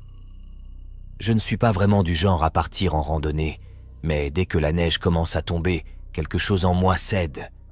Nous avons tous ces envies irrépressibles, ces élans auxquels il est impossible de résister. Cette histoire s'est produite lors de l'une de ces nuits hivernales. J'habite dans une région boisée, pas au cœur de la forêt à proprement parler, mais suffisamment proche pour que, en quelques minutes de voiture, je puisse atteindre un massif dense et profond, où les arbres se referment comme une cathédrale obscure. Le lendemain, je n'avais aucune obligation sérieuse. C'était donc un vendredi ou un samedi, probablement un samedi, car je me souviens avoir eu cette lourde sensation de tête embrumée, vestige d'une soirée trop arrosée la veille. Ce qui rend cette nuit encore plus étrange, c'est qu'aucune neige n'était annoncée. Je m'en souviens parfaitement, car durant l'hiver, je consulte la météo de manière presque compulsive. J'étais assis dans ma chambre, plongé dans un livre, lorsque la neige a commencé à tomber brusquement, comme si quelqu'un avait actionné un interrupteur invisible. Je ne m'en suis pas rendu compte tout de suite, mais lorsque j'ai levé les yeux, le sol était déjà recouvert d'une épaisse couche blanche. Sans réellement réfléchir, j'ai su exactement ce que j'allais faire. Une marche dans la neige. Et je m'y suis tenu. L'endroit où je me suis rendu est habituellement désert. Un sentier de randonnée local, peu fréquenté, surtout la nuit. En sortant de la voiture, j'ai pris quelques secondes pour contempler la neige qui étouffait tous les sons, l'air glacé piquant mes narines. Puis j'ai commencé à marcher. Je n'avais aucun itinéraire précis en tête. Mon seul objectif était de m'enfoncer suffisamment loin entre les arbres pour savourer pleinement cette chute silencieuse. Après environ 20 minutes de marche, j'estimais être allé assez loin. Et c'est précisément à l'instant où je m'arrêtais pour apprécier le paysage que je l'entendis. Un son qui n'avait rien à faire là, une voix d'enfant. Il me fallut plusieurs secondes pour comprendre ce que mes oreilles venaient de capter. Tandis que je me persuadais que mon esprit me jouait un tour, la voix retentit de nouveau. Celle d'un petit garçon, criant simplement bonjour. Sur le papier, cela paraît anodin. Mais à cet instant précis, au cœur de cette forêt silencieuse, seul sous la neige, c'était profondément terrifiant. C'était la dernière chose que je m'attendais à entendre. Ce qui rendait la situation encore plus dérangeante, c'est que je ne parvenais pas à situer l'origine du son. Il semblait venir de plusieurs directions à la fois, comme s'il rebondissait entre les troncs. Je me retournai brusquement. Il n'y avait personne. J'inspectais les alentours avec fébrilité, le souffle court, mais rien ne bougeait. Alors que je m'apprêtais à rebrousser chemin, la voix retentit une troisième fois. Toujours celle d'un petit garçon, mais cette fois-ci, elle déclara « Par ici, idiot !» Sans même mesurer l'étrangeté de ces mots, mon regard se leva instinctivement, et je le vis. Un garçonnet d'environ 9 ans était assis sur une branche, dans un arbre non loin de là. La scène était irréelle. Il était visiblement bien couvert contre le froid, emmitouflé, mais je ne comprenais pas comment il avait pu grimper jusque-là. La branche la plus basse se trouvait à au moins 20 pieds du sol. Étrangement, sa présence m'apaisa légèrement. Comme si ce qui m'avait réellement effrayé, ce n'était pas qu'il soit là, mais de ne pas savoir où il se trouvait. Je m'approchai lentement de l'arbre, sans jamais le quitter des yeux. Il me souriait, un sourire trop large, maladroit, presque figé, semblable à celui de quelqu'un qui n'aurait jamais vraiment appris à sourire. Pourtant, plus je scrutais les environs, plus mon sentiment de sécurité se dissolvait, goutte après goutte. D'abord, un détail me frappa avec la violence d'une évidence glaçante. Il n'y avait pas la moindre empreinte autour de l'arbre où il était perché. Pas une seule. Ce qui signifiait qu'il avait grimpé avant que la neige ne commence à tomber et qu'il se tenait là-haut depuis au moins 45 minutes. Et cela sans même évoquer l'énigme la plus absurde. Comment avait-il réussi à escalader cet arbre ? Comme je l'ai dit, cela aurait été terriblement difficile, même pour quelqu'un d'entraîné à l'escalade. Le tronc était parfaitement droit, lisse, sans aspérité. Il aurait fallu se hisser à près de 20 pieds de hauteur, à la force des bras, dans le froid mordant. L'idée seule me donnait le vertige. Il me fit alors un signe de la main. Je ne perdis pas une seconde et lui demandai comment il était monté là-haut. Il inclina légèrement la tête et répondit que c'était un secret, avant de reprendre ce sourire affreux, trop large, trop figé. Je restais là, désemparé. Cet enfant n'avait rien à faire dans ces bois, encore moins perché de cette manière, et je sentais monter en moi une obligation sourde d'agir. Mais faire quoi ? Grimpe à l'arbre pour le faire descendre ? Avant même que je ne trouve les mots, il se leva sur la branche, parfaitement droit, et déclara d'une voix légère « Regarde ça !» Sans le moindre avertissement, il se pencha en arrière et tomba. Il chuta d'au moins 30 pieds. Je hurlai. Il n'y avait rien d'autre à faire que regarder, paralysé, tandis que son corps heurtait le sol dans un bruit sourd et écœurant, un choc qui résonna dans ma poitrine. J'étais certain qu'il était mort. Aucune quantité de neige n'aurait pu amortir une telle chute. Je me précipitai vers lui, le cœur battant à rompre. Mais avant même que je ne puisse l'atteindre, il se redressa d'un bond et s'enfuit. C'était impossible. Une chute pareille aurait dû le tuer. Je criai de nouveau, cette fois sous l'effet d'un choc pur, irréel, et je le vis disparaître plus profondément entre les arbres. Malgré la blancheur éclatante de la neige, l'obscurité était suffisante pour qu'il s'y engloutisse. Je ne sais pas ce qui m'a pris. Au lieu de faire demi-tour, au lieu d'obéir à la raison la plus élémentaire, je me suis élancé à sa poursuite. Je ne saurais expliquer pourquoi. Je me connais pourtant. Dans 999 cas sur 1000, j'aurais fui. Mais cette nuit-là semblait obéir à d'autres règles. Je repris mes esprits et me mis à suivre ses empreintes, persuadé qu'il n'avait pas pu aller bien loin. Après quelques secondes de course, je l'entendis rire. Non, ricaner serait plus juste. Un rire aigu, malsain, qui fendait le silence ouaté de la forêt. C'était comme s'il jouait avec moi, comme s'il se divertissait pendant que j'étais terrorisé. Ses traces longeaient un arbre. Lorsque je passais à sa hauteur, quelque chose s'agrippa à mon dos. Avant que je ne puisse réagir, je basculai lourdement au sol.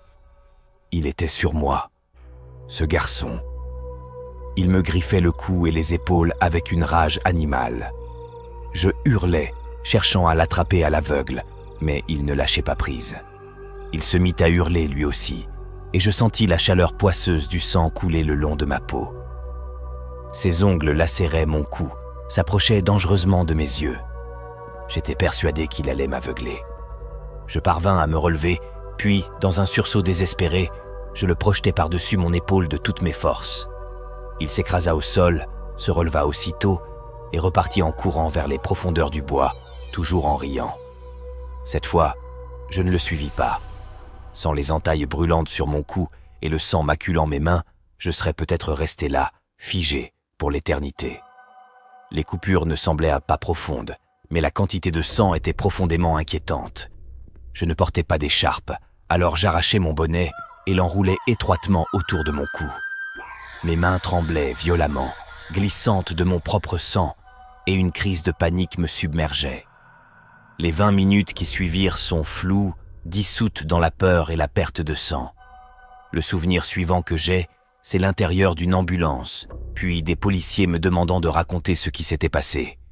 J'ai reçu les soins nécessaires et j'ai dû répéter mon récit une dizaine de fois. Sur le moment, je ne comprenais pas ce qu'il avait d'incroyable. Je ne l'ai compris que plus tard. Pendant que j'étais à l'hôpital, la police avait fouillé la zone. Ils n'avaient rien trouvé. Pire encore, ils auraient suivi les empreintes dans la neige et n'en auraient découvert qu'une seule série, les miennes. Je me souviens de l'effondrement intérieur qui m'a traversé lorsque j'ai appris cela. La colère m'a envahi à l'idée qu'il n'ait peut-être pas fouillé la forêt avec suffisamment de sérieux. Pourtant, pourquoi aurait-il menti ? Cette pensée me tourmentait, glaciale, tandis que le doute s'installait comme un poison lent. Lorsque je quittai enfin l'hôpital et que les policiers cessèrent de me questionner, il ne me restait plus assez de force pour autre chose que dormir. Mon corps était vidé, mon esprit engourdi. Je ne saurais dire si c'était le lendemain ou 2 jours plus tard. Comme je l'ai déjà dit, les souvenirs se brouillent à partir de là. Mais je suis retourné sur ce sentier. La neige était tombée en abondance depuis. Un manteau épais recouvrait tout, étouffant les sons, figés dans un silence presque sacré. Il n'était donc pas surprenant de constater que mes anciennes empreintes avaient disparu, englouties sous le blanc immaculé. L'air était coupant, chargé d'une odeur de froid pur et de bois humide. J'ai parcouru la forêt entière, des heures durant. J'ai fouillé chaque recoin, chaque arbre, chaque clairière, jusqu'à ce que mes muscles brûlent et que mes doigts s'engourdissent. Il n'y avait aucune trace de présence humaine. Rien. Comme si personne n'avait jamais été là. Encore aujourd'hui, c'est l'une des expériences les plus terrifiantes que j'ai vécues, et sans doute la plus dérangeante de toute ma vie, ou de celle de quiconque que je connaisse.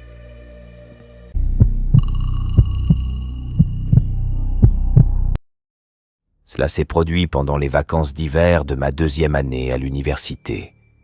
J'avais 19 ans, et pour un peu moins de 2 semaines, la maison était entièrement à moi. Les premiers jours s'étaient écoulés sans incident.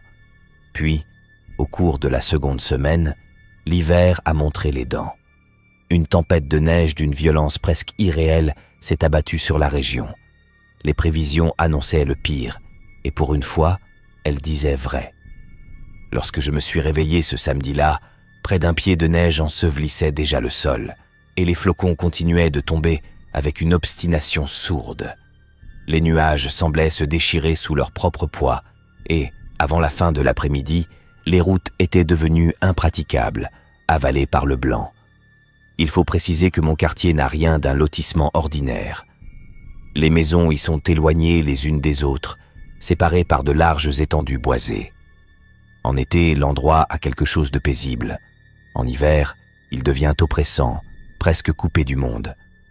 Ce jour-là, avec la neige qui s'amoncelait et l'absence totale de voitures, l'isolement paraissait absolu, presque suffocant. Vers 18 heures, l'ennui me rongeait. Le Wi-Fi avait cessé de fonctionner pendant mon sommeil, me privant même du réconfort dérisoire des jeux vidéo. Le silence de la maison me pesait. Mon seul ami resté dans la région, Ryan, je l'avais vu la veille, je savais qu'il n'était pas loin. C'est alors qu'une idée absurde, que je trouvais hilarante sur le moment, a germé dans mon esprit. Aller jusqu'à chez lui à pied pour lui faire une surprise. Certes, les routes étaient impraticables, mais à pied, cela me semblait faisable. La distance n'était que d'environ 1,5 miles, peut-être un peu plus. J'avais déjà marché bien davantage. Avec le recul, c'était une décision stupide, mais j'avais 19 ans, j'étais seul, gelé d'ennui, et l'idée de me présenter chez lui couvert de neige me faisait sourire. Le début du trajet fut presque agréable. La neige avait cessé de tomber, laissant derrière elle un épais manteau immaculé. Les lampadaires diffusaient une lueur dorée qui faisait scintiller le sol, et une paix étrange régnait. J'entendais uniquement ma respiration, courte et visible dans l'air glacé, et le craquement régulier de mes bottes. Rien d'autre, pas un être vivant. À mi-chemin, la route traverse une zone dépourvue de maisons pendant un long moment. Seulement des arbres de chaque côté, leurs branches figées par le gel, et quelques terrains vagues noyés sous la neige. De jour, cet endroit est banal. Cette nuit-là, sous cette chape blanche et silencieuse, il paraissait différent. C'est là que la solitude m'a frappé de plein fouet, comme un souffle froid dans la nuque. Une sensation étrange, presque viscérale. Je continuais d'avancer lorsque, soudain, des phares apparurent au loin, dans la direction où je me rendais. Je me suis arrêté, les observant se rapprocher lentement. C'était sans aucun doute une chasse-neige, avançant avec prudence. Puis, sans avertissement, le véhicule a brusquement dévié sur la droite, comme si le conducteur avait perdu le contrôle ou tenté d'éviter quelque chose d'invisible. Les lumières ont traversé la route et se sont englouties dans la lisière des arbres. Un bruit sourd, étouffé par la neige. Un craquement lourd et humide a résonné, puis le silence est retombé, plus oppressant encore qu'avant. Mon premier réflexe fut de penser à un accident. Sans réfléchir, j'ai couru vers l'endroit où les phares avaient disparu. La neige était profonde, ralentissant chacun de mes pas. Mes poumons brûlaient à chaque inspiration glacée. Une seule pensée occupait mon esprit. Quelqu'un était peut-être blessé, peut-être mourant. Après quelques minutes d'effort, j'ai atteint le bas-côté. Les traces de pneus étaient visibles. Je les ai suivies jusqu'à trouver le véhicule. La scène correspondait exactement à ce que je redoutais. Une chasse-neige, l'avant broyé, encastré contre un tronc. Les phares étaient encore allumés, projetant des ombres déformées entre les arbres, et le moteur ronronnait faiblement. Je me suis précipité côté conducteur, me préparant mentalement à devoir tirer quelqu'un de là, à travers la neige glaciale. Mais lorsque je me suis penché à la fenêtre et que j'ai regardé à l'intérieur, mon sang s'est glacé. Le siège du conducteur était vide. Personne.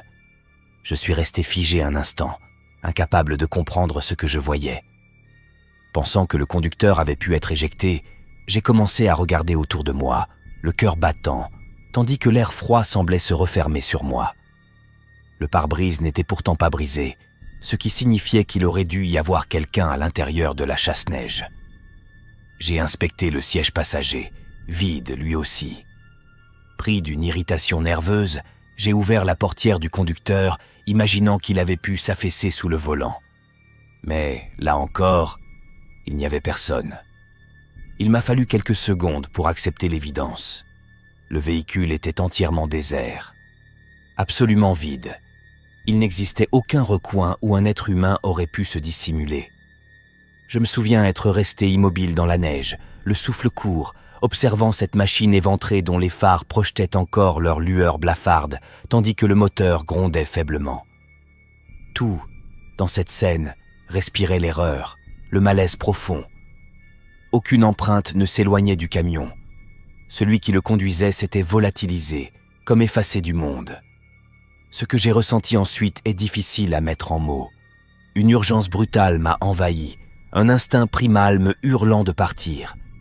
Ce n'était pas une pensée rationnelle, mais une pression sourde dans le ventre, une injonction viscérale à fuir. J'ai reculé lentement, puis je me suis détourné, obéissant à cette peur muette. Alors que je reprenais le chemin inverse, une voix a jailli derrière moi, déchirant le silence. Une voix d'homme, rauque, appelant à l'aide. Mon premier réflexe fut de vouloir me retourner, d'aider. C'était pour cela que j'étais venu. Mais chaque fibre de mon corps me criait de continuer. Je me suis mis à courir. Le froid me mordait les poumons, la neige fouettait mes jambes. Et tandis que je m'éloignais, la voix a retenti une dernière fois. Cette fois-ci, elle semblait beaucoup trop proche, terriblement proche, de façon impossible. Personne n'aurait pu se déplacer aussi vite dans une neige aussi profonde. Je ne me suis pas retourné. J'ai couru jusqu'à la maison de Ryan sans m'arrêter. La plaisanterie avait depuis longtemps perdu tout son sens. Lorsque sa mère a ouvert la porte, je devais avoir l'air fou, couvert de neige, tremblant, le regard hanté. J'ai raconté ce qui s'était passé, et le père de Ryan a immédiatement appelé la police. Pendant l'attente, Ryan et moi avons repassé les événements encore et encore, probablement une bonne douzaine de fois. Il me demandait si je n'avais pas imaginé certaines choses, si le conducteur n'avait pas quitté les lieux avant mon arrivée. Mais j'étais certain de ce que j'avais vu. Mes yeux ne m'avaient pas trahi. Lorsque les policiers sont enfin arrivés, ils ont révélé quelque chose de profondément glaçant. Selon eux, aucune trace de pneu n'avait été trouvée sur cette route. Ils l'avaient inspectée entièrement. Aucun signe qu'une chasse-neige y soit jamais passée. L'un des agents est même allé jusqu'à m'accuser d'avoir tout inventé. J'ai plaidé, presque supplié qu'on me croie. En vain. Ils sont repartis, me laissant avec mes certitudes et mon effroi. Je suis resté dormir chez Ryan cette nuit-là. L'idée de rentrer seul dans l'obscurité m'était insupportable. Et, à vrai dire, je doute que j'en aurais été capable. Le lendemain matin, une fois les routes enfin dégagées, son père m'a reconduit chez moi. Depuis, je repense souvent à cette nuit. Et chaque fois, je reviens à la même conclusion, amère et dérangeante. Ce qui m'est arrivé appartient à ces événements que rien n'explique. Peut-être ai-je tout halluciné, mais cette hypothèse, étrangement, me terrifie tout autant.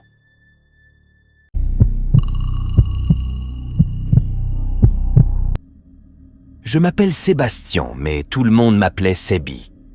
À l'époque, il y a environ 7 ans, j'étais encore en seconde au lycée. Je fréquentais un établissement privé dans une ville voisine, ce qui m'obligeait chaque jour à me livrer au même rituel. Le train à l'aube, le train au crépuscule. On pourrait croire cela fastidieux.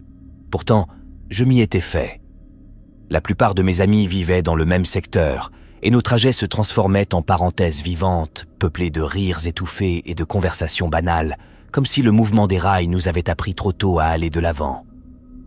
Je courais alors, athlétisme au printemps, cross-country à l'automne. Hors saison, je quittais le lycée juste après la sonnerie de 15 heures, et le train, presque vide, n'accueillait qu'un noyau familier de lycéens pressés de rentrer. Mais en pleine saison, l'entraînement s'étirait au-delà de 17h30. Lorsque je montais enfin à bord, les wagons débordaient d'adultes épuisés, exhalant l'odeur âcre du travail et de la fatigue. Heureusement, mes 2 meilleurs amis, Charles et James, partageaient ma passion pour la piste et vivaient sur la même ligne.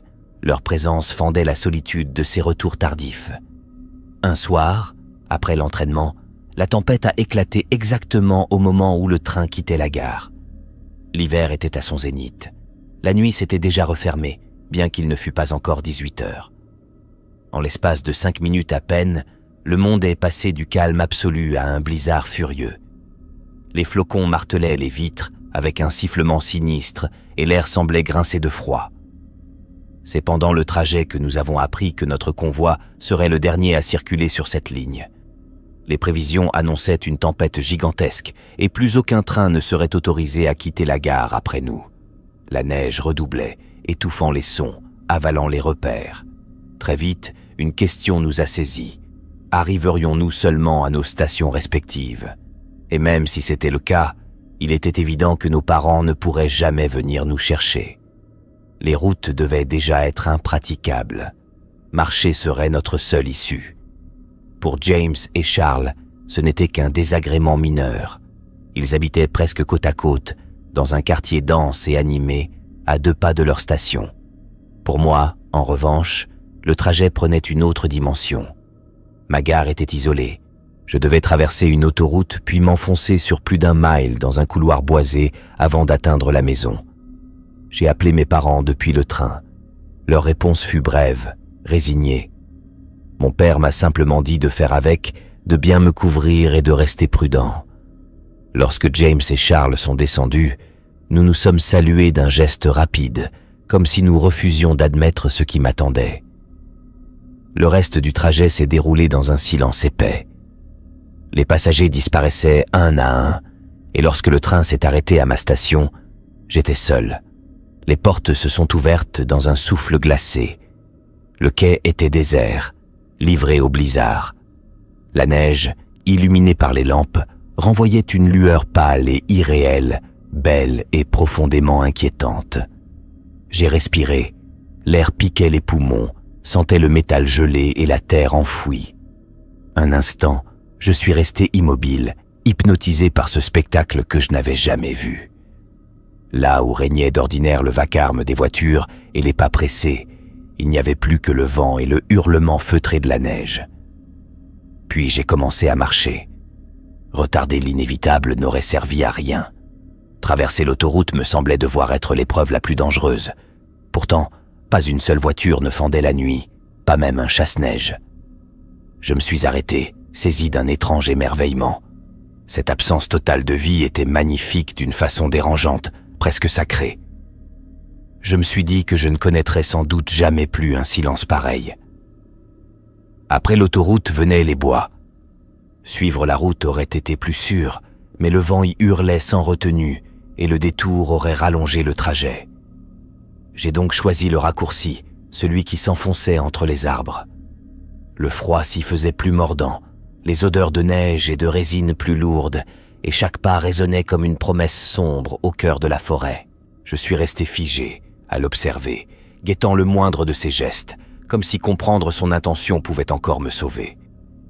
Mon esprit s'emballait, cherchant désespérément une explication rationnelle, mais le choc me broyait de l'intérieur. Toute pensée se dissolvait, tout mouvement m'était refusé. Puis, sans transition, en une fraction de seconde obscène, son sourire immobile s'est mué en hurlement et son corps s'est lancé vers moi. L'horreur pure prenait forme sous mes yeux. Je suis sorti de ma torpeur et j'ai détalé dans la direction opposée, hurlant à l'aide, bien que je sache pertinemment que personne ne pouvait m'entendre. La neige freinait chacun de mes pas, brûlait mes mollets, et je sentais sa présence se rapprocher, seconde après seconde, son souffle mêlé au vent glacé. La poursuite semblait interminable. Elle a peut-être duré 5 minutes, mais dans mon esprit, elle s'étirait comme une heure entière de terreur continue.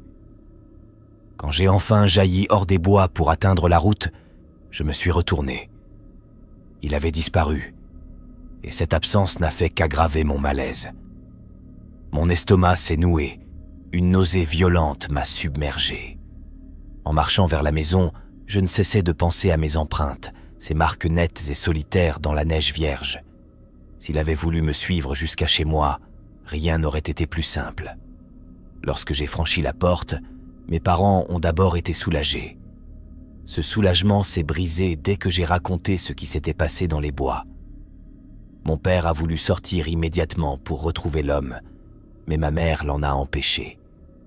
Les heures ont glissé sans incident, dans un silence lourd. Finalement, mes parents se sont endormis. Moi, je faisais semblant d'aller bien, alors qu'à l'intérieur tout s'effondrait. Son sourire dément me hantait, et ce cri, inhumain, presque animal, résonnait encore dans mes oreilles. Plus j'y pensais, plus la scène me semblait irréelle.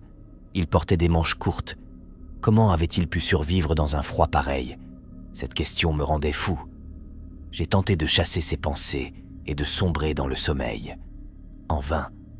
C'était comme cet état de stupeur qui suit un cauchemar, ces 30 secondes où l'on ne sait plus où l'on est, sauf que cela a duré plusieurs heures.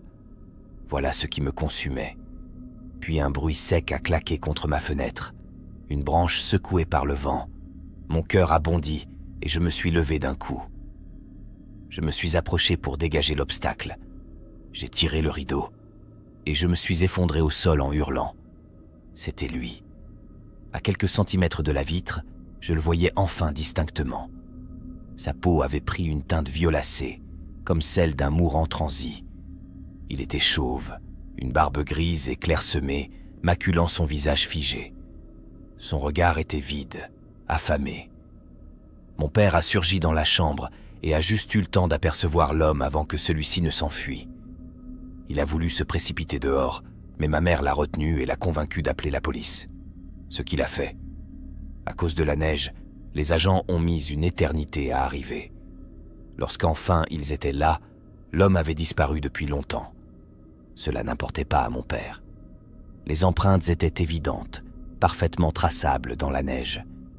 C'était ce que j'attendais qu'ils fassent. Mais dès qu'ils ont compris que les traces menaient au bois derrière notre maison, ils ont refusé d'y pénétrer en pleine nuit. Mon père est entré dans une colère noire. Il a hurlé, s'est approché dangereusement de l'un des policiers, au point que la situation a failli dégénérer. Finalement, ils sont repartis sans rien faire. Il n'y a jamais eu de suite. La police n'a jamais donné de nouvelles. Je n'ai jamais revu cet homme. Parfois, je me dis qu'il est peut-être mort gelé quelque part derrière notre maison. Pourtant, durant des semaines, j'ai eu peur jusque dans ma propre chambre. Encore aujourd'hui, je n'ai aucune explication à ce qui s'est passé.